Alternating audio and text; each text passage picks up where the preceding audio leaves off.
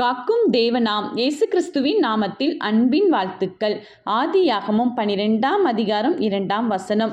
நான் உன்னை பெரிய ஜாதியாக்கி உன்னை ஆசீர்வதித்து உன் பேரை பெருமைப்படுத்துவேன், நீ ஆசீர்வாதமாய் இருப்பாய். பிரியமானவர்களே, நம்முடைய தேவாதி தேவன் இயேசு கிறிஸ்து நம்மை பார்த்துதான் கூறுகிறார், நான் உங்களை பெரிய ஜாதியாய் மாற்றுவேன், உங்களை ஆசீர்வதிப்பேன், உங்கள் பேரை பெருமைப்படுத்துவேன் என்று கூறுகிறார். நீங்கள் ஆசீர்வாதமாய் தங்கி தாபரிப்பீர்கள் என்று சொல்கிறார்.